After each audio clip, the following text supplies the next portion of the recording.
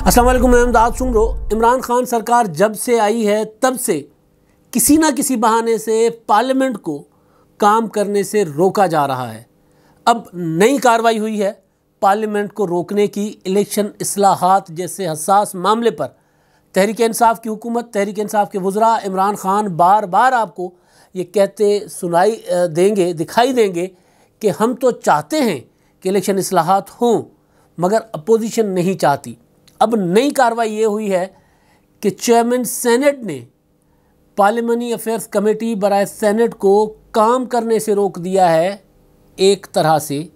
यानी एक सर्कुलर जारी किया गया कि कमेटी जो है वो किसी भी सरकारी जो हुकाम हैं या जो लोग हैं उनको तलब नहीं कर सकती मुशावरत के लिए। एक सर्कुलर जारी कर दिया गया क्योंकि जो चेयरमैन हैं कमेटी के सेनेटर ताज हैदर, आज उन्होंने इजलास तलब किया हुआ था और उस इजलास के लिए जो चेयरमैन रादरा और उसके अलावा साइंस और टेक्नोलॉजी की जो है सेक्रेटरी, उनको तलब किया गया था। ईवीएम का मसला था सबसे बड़ा इंपॉर्टेंट जो है इलेक्शन इस्लाहात पर।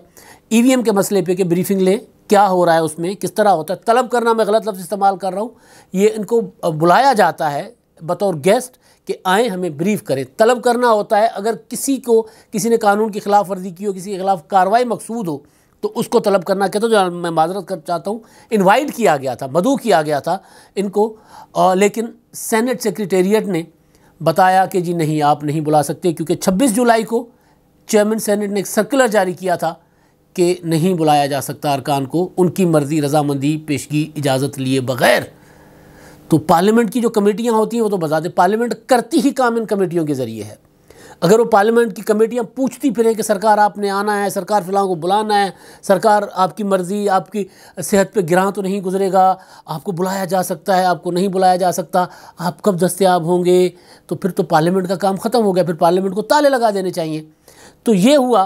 तो उस और साथ ये कि जो चेयरमैन सेनेट हैं उन्होंने यकतरफ़ा तौर पर पीपल्स पार्टी के सबसे मुतहरिक समझे जाने वाले वो कैमरा फेम, खुफिया कैमरा फेम मुस्तफ़ा नवाज़ खोखर, सेनेटर मुस्तफ़ा नवाज़ खोखर, आपको याद होगा सेनेट में जब यूसुफ रज़ा गिलानी का और चेयरमैन सेनेट का इंतखाब था, यानी सादिक संजरानी और यूसुफ रज़ा गिलानी में मुकाबला था चेयरमैन सेनेट के ओहदे पर, तो वो जो खुफिया कैमरे लगे हुए थे वहाँ पर पार्लियामेंट के अंदर, वो कि जी कौन किसको वोट डाल रहा है, कौन, वो जो ठप्पा लगाने वाली जगह पर भी और वो जो पार्टीशंस थी उन पर भी, तो दो सेनेटर्स थे, मुस्तफ़ा नवाज़ खोखर और दूसरे थे मुसद्दिक मलिक मुस्लिम लीग नून के।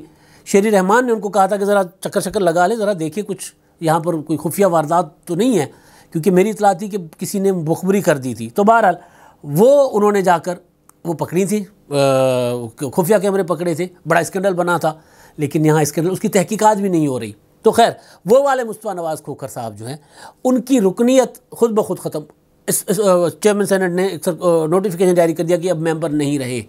इसके अलावा कुछ और कमेटियों से भी, पलवशा खान और एक और भी हैं एनपी के रुकन, उनकी भी ख़त्म कर दी थी। मतलब कर नहीं सकते जो टेक्निकली कि वो सेनेट जो कमेटियाँ होती हैं, कमेटी की जो तकसीम होती है अपोजिशन और हुकूमत के दरमियान, फिर अरकान, तो वो पॉलिटिकल पार्टीज़ जो वहाँ पर रखती हैं नुमाइंदगी, उनका राइट होता है कि वो किसको रुकन वहाँ पर रखती हैं। जिस तरह आपने देखा कि मुस्लिम लीग नून ने लड़ झगड़ के ह्यूमन राइट्स की कमेटी ले ली थी पीपल्स पार्टी से, पीपल्स पार्टी के हिस्से में आ रही थी, या मतलब अपोजिशन के हिस्से में आई, और अपोजिशन में पीपल्स पार्टी चाह रही थी कि वो पीपल्स पार्टी के पास रहे। उससे पहले मुस्तफ़ा नवाज़ खोखर उसके चेयरमैन थे ह्यूमन राइट्स कमेटी के। तो उसमें ये हुआ था कि जी मुस्लिम लीग नून ने कहा नहीं ये हमें दें, ये हमने संभाल ली है, पिछली बार आपने संभाल ली। कौमी असम्बली में भी बिलावल भुट्टो जरदारी चेयरमैन है स्टैंडिंग कमेटी के, तो लिहाजा ये हमें दे दें, एक जगह आपके पास, एक जगह हमारे पास, चलें जी। यूसुफ रज़ा गिलानी साहब ने दे दी बतौर अपोजिशन लीडर, और उसके बाद उन्होंने वो कमेटी में नामज़द कर दिया मुशाहिद हुसैन साहब को, मुशाहिद हुसैन सैयद साहब। बस दिलचस्प है, मुशाहिद हुसैन सैयद साहब को जब नामज़द कर दिया था और मुशाहिद हुसैन सैयद साहब ने वो कमेटी दे दी सरकार को, और सरकार ने वलीद इकबाल को नामज़द कर दिया। यानी ह्यूमन राइट्स का जिनसे कोई दूर दूर तक ताल्लुक़ नहीं है, जो दूरबीन लगा कर भी ह्यूमन राइट्स देखना नहीं चाहते या नज़र नहीं आते, उनको आप दिखा भी दें कि यहाँ ह्यूमन राइट्स की वायलेशन हो रही है, ना मुशाहिद हुसैन को नज़र आएंगे या ना वलीद इकबाल को नज़र आएंगे। माइंडसेट होता है एक, जिस तरह इमरान खान साहब का माइंडसेट है, जिस तरह बाकियों का है, हर किसी का।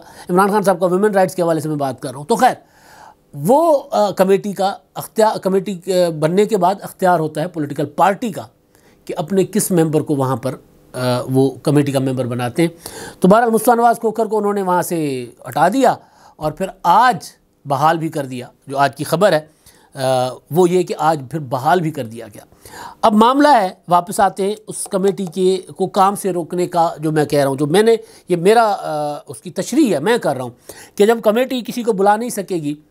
अब इलेक्शन इस्लाहात जैसा हसास मामला है, आपको याद होगा कि जब इलेक्शन इस्लाहात पर कौमी असम्बली में डिप्टी स्पीकर सूरी साहब ने सारा वो बुलडोज़ करके अपोजिशन की बात सुने बग़ैर यूँ जल्दी में करके वो इलेक्शन इस्लाहात का बिल जो है कौमी असम्बली से मंजूर कर लिया था। उसके बाद उसने सेनेट में जाना था, तो उसी बिल के ऊपर सबसे बड़ा तनाज़ा बना था और फिर डिप्टी स्पीकर के ख़िलाफ़ तहरीक अदम एतमाद भी आई थी। तो ये वो वाला बिल है जिस पे बहुत बड़ा पंगा खड़ा हो गया था, बहुत बड़ा झगड़ा खड़ा हो गया था।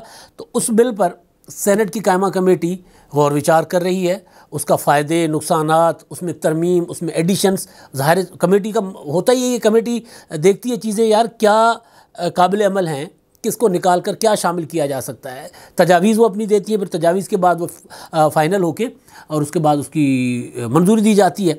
तो कमेटी ये काम कर रही थी। अब कमेटी को सर्कुलर जाता है कि जी आप नहीं बुला सकते अगर नादरा के जिनके पास डेटा है वोटर्स का यानी शहरियों का, और दूसरा साइंस और टेक्नोलॉजी की मिनिस्ट्री के जो सेक्रेटरीज़ हैं या उनके माहिरीन हैं, अगर उनको कमेटी नहीं बुला सकती तो फिर कमेटी कैसे समझ पाएगी कि यार ये इस पे जो एतराज़ात हैं वो ठीक हैं गलत हैं, ये काबिल अमल कैसे होगा। अब उसमें जो इस्लाहात का बिल है उसमें एक तो है ईवीएम है, ईवीएम के अलावा वोटर फहरिस्तें हैं जो कहा गया था कि जी वोटर फहरिस्तें जो हैं वो इलेक्शन कमीशन नहीं बनाएगा, नादरा बनाएगा। दूसरा हल्का बंदियाँ हैं और वो भी, उस पर भी इलेक्शन कमीशन का अख्तियार ख़त्म कर दिया गया था। तीसरा जो था बैरून मुल्क मुकीम पाकिस्तानी जिनको कहते हैं ओवरसीज़ पाकिस्तानीज़, समंदर पार पाकिस्तानी, उनको वोट का हक़ देना, और ईवीएम का तो मैं बता ही चुका हूँ। तो उनकी फहरिस्तें कैसे बनेंगी, वो किस तरह एलिजिबल होंगे, कहाँ वोट करेंगे, कैसे वोट करेंगे, ये सारी चीज़ें उस बिल में हैं। और उस बिल को अब ज़ाहिर जब वो देख रहे हैं तो उसमें सबसे इम्पॉर्टेंट चीज़ है वो है नादरा के साथ, इलेक्शन कमीशन के साथ और साइंस और टेक्नोलॉजी के साथ। अगर वो कमेटी कल को फाफिन को बुलाएगी, कल को पिलडाट को बुलाएगी, कल को किसी और एक्सपर्ट को बुलाएगी, तो फिर जो है वो चेयरमैन सेनेट कहेंगे कि नहीं जी आप नहीं बुला सकते। तो फिर कमेटी क्या करेगी? कमेटी जाकर फिर मतलब क्या करे कमेटी? मतलब मेरे सारे मोअज़्ज़िज़ अरकान जो हैं सारे मेरे लिए मोहतरम है, लेकिन वो क्या करें? घर जाकर पांडे मांजे, फिर मतलब यही करेंगे ना, बर्तन धोने के अलावा, या बाकी फिर अपने जाकर जो कारोबार है, मुस्तफ़ा नवाज़ खोखर वकील है, जाकर फिर अपनी वकालत करें, सेनेट छोड़ दें। ताजदर साहब एक्सपर्ट है, कंसल्टेंसी जाकर करे, कुछ वही करे। फिर ये यहाँ पर क्यों बैठे और पार्लियामेंट को ताला लगा दे, बड़ा सा, इतना बड़ा सा ताला वो लगा दे, और कोई काम नहीं है। ताला लगा चुकी है वैसे ये पीटीआई की हुकूमत। आपको मैं बताऊं कि ये हुकूमत जब आई थी तो पहले साल या दूसरे साल में एक ऑर्डर जारी किया गया था कि जी फाइनेंशियल क्राइसिस की वजह से स्टैंडिंग कमेटियों की मीटिंगें नहीं होंगी, तब होंगी जब पार्लियामेंट की मीटिंग होगी। यानी कौमी असम्बली की स्टैंडिंग कमेटी तब मीट करेगी जब कौमी असम्बली का इजलास होगा। यानी इससे बड़ा गैर पार्लिमानी रवैया दुनिया की तारीख में कभी आपने नहीं देखा होगा। पार्लिमानी कमेटियों के काम पे पार्लियामेंट के इजलास होते हैं, यानी पार्लियामेंट तब मीट कर सकती है जब आपकी कानून साजी की ख़ास तौर पे हवाले से या दीगर इशूज़ होते हैं, इस्तेहकाक के इशूज़, दूसरे इशूज़, जितनी भी जो होती है पार्लियामेंट का एजेंडा, बिजनेस होता है, वो सारा का सारा पार्लियामेंट्री कमेटियों के कंधों पर होता है। वो कंधे काट दिए, वो कहा कि जी आप नहीं, मीटिंग तब करेंगे जब कौमी असम्बली का इजलास होगा, जब सेनेट का इजलास होगा। यानी सेनेट के इजलास में सारा दिन वो सेनेट के इजलास में भी बैठें और उसके अलावा वो भी करें, कमेटियों में भी जाएं, और उसके बाद फिर वो कैसे काम हो। तो वो ये तक साल डेढ़ किए रखा इन्होंने, और इनको बाद में किसी ने समझाया सियाने ने, और समझ आते आते टाइम लगता है इनको कि तहरीक इंसाफ के दोस्तों को पहली टर्म है ना, समझेंगे आहिस्ता आहिस्ता। चेयरमैन सेनेट की भी पहली टर्म है। वो जो मुस्तफ़ा नवाज़ खोखर साहब को उन्होंने डिसमेंबर किया, तो उसके बाद अगले दिन उनको एहसास हो गया, तो फिर उन्होंने उनकी मेंबरशिप बहाल कर दी। तो ऐसा काम किया ही क्यों? किसी से पूछ ही लो कि यार आप नहीं कर सकते। अब ये वाला मामला, सर्कुलर वाला मामला, मेरी ताज हैदर से बात हुई है तफसीली, मुस्तफ़ा नवाज़ खोखर साहब से भी मेरी तफसीली बात हुई है। तो ताज हैदर साहब तो इंतहाई ठंडे, बिल्कुल एक मीठे मिजाज के आदमी हैं, ठहराव उनकी तबीयत का जाने का नाम नहीं लेता जितना बड़ा मसला हो जाए। तो मैंने पूछा कि इसमें फिर ज़ाहिर है वो तो इसको बिल्डोज़ करना चाह रहे होंगे सारा कानून साजी। उन्होंने कहा मैं नीयत पे शक तो नहीं कर सकता, मैं नीयत पे शक नहीं कर रहा, लेकिन जो एक्शन हुआ है वो गलत हुआ है। वो एक्शन एक वापस ले लिया है, उम्मीद करते हैं कि दूसरा वापस ले लेंगे, और नीयतों पे तो हम शक नहीं कर सकते। अब नीयत सामने पड़ी हुई है। नीयत ये है कि वो कह रहे हैं कि हमें फ़ौरी तौर पर जो हमने इस्लाहात की हैं वो एज़ इट इज़ हमें मिल जाएँ। अब इसके बगैर यानी अगर ये हो जाता है तो अपोजिशन उसको मानेगी नहीं, ज़ाहिर है फिर धांधली का शोर उठेगा। मुस्तफ़ा नवाज़ खोखर से मेरी बात हुई तो उन्होंने कहा कि ये तो कर नहीं सकते किसी सूरत, ये सारा कुछ जो कुछ किया गया है, वो भी कह रहे हैं, ताज हैदर साहब यही कह रहे हैं कि गैर कानूनी किया है, गैर आइनी किया है चेयरमैन सेनेट ने जो कुछ किया है, तो ये गैर आइनी और गैर कानूनी है, लेकिन बहरहाल कर दिया है। अब ज़ाहिर कर दिया है तो उसके पीछे नीयत होगी ना, कोई प्रेशर होगा ना पीछे से कि भाई आप ये मामले को डिस्कस ना करें, इसको बस ऐसे ही निकाल लें। वरना वो इमरान खान साहब की पिछले दिनों भी थी, फवाद चौधरी साहब बड़े अच्छे हमारे, मतलब उनके साथ अच्छा ताल्लुक़ है, तो वो भी हर दूसरे तीसरे दिन कोई प्रेस कॉन्फ्रेंस करते हैं या मीडिया टॉक करते हैं, वो ये कहते हैं कि जी या टीवी टॉक शो पे कि जी अपोजिशन इस्लाहात में संजीदा नहीं है। यहाँ संजीदगी किसकी नज़र नहीं आ रही? भाई आपने सुननी है अपोजिशन की बात, आपने सुननी है जो एक्सपर्ट्स की बात, आपने सुननी है इलेक्शन कमीशन की बात, उसके बाद कोई काबिल अमल चीज़ सामने आए ना, ताकि वाकई धांधली पर शक ना हो कि आपने नीयत धांधली है। यहाँ पर जो मामला है कि भाई कमेटी को गैर फ़ाल कर दो, पार्लियामेंट को गैर फ़ाल कर दो, और सारा कुछ ऑर्डर के ज़रिए हो, ऑर्डिनेंस के ज़रिए हो, या फिर सारा कुछ बिल्डोज़ करके किया जाए, तो ये मामला है, इससे शक गुज़रता है। और वो जो अच्छा काम है इलेक्शन इस्लाहात, बहुत अच्छा काम है, पाकिस्तान में इलेक्शन इस्लाहात बड़े अरसे से ड्यू है, और इलेक्शन इस्लाहात की तरफ मैं कई बार कह चुका हूँ कि अपोजिशन को इलेक्शन इस्लाहात के लिए हुकूमत के साथ बैठना चाहिए और अपनी इनपुट देनी चाहिए। फिर अगर हुकूमत वो इनपुट नहीं देगी तो एक्सपोज हो जाएगी।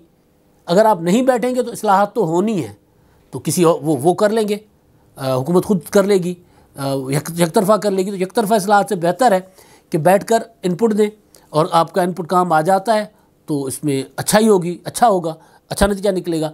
नहीं काम आता तो हुकूमत एक्सपोज हो जाएगी, जैसे अभी हो रही है। तो बहरहाल अब मसला ये है कि इस तरह होनी नहीं है इस्लाहात, जिस तरह ये करने की कोशिश की जा रही है। मुस्तफ़ा नवाज़ खोखर की मेंबरशिप बहाल हो गई है। सर्कुलर जो हुकाम को ना बुलाने का जो मुमानित की गई थी, हुकाम को नहीं बुलाया जा सकता, वो सर्कुलर अभी वहीं का वहीं मौजूद है। मेरी ताज हैदर से वीलॉग करने से पहले बात हुई है, उन्होंने कहा कि वो सर्कुलर अभी वापस नहीं हुआ। वो सर्कुलर वापस जब तक नहीं होगा तब तक ये कमेटी नहीं बैठेगी। इसका मतलब है कि इस्लाहात का मामला आगे नहीं बढ़ेगा। फिर बयानात जो मर्जी देते रहे इमरान खान साहब और उनके वज़रा। अब तक के लिए इतना ही। अल्लाह हाफ़िज़।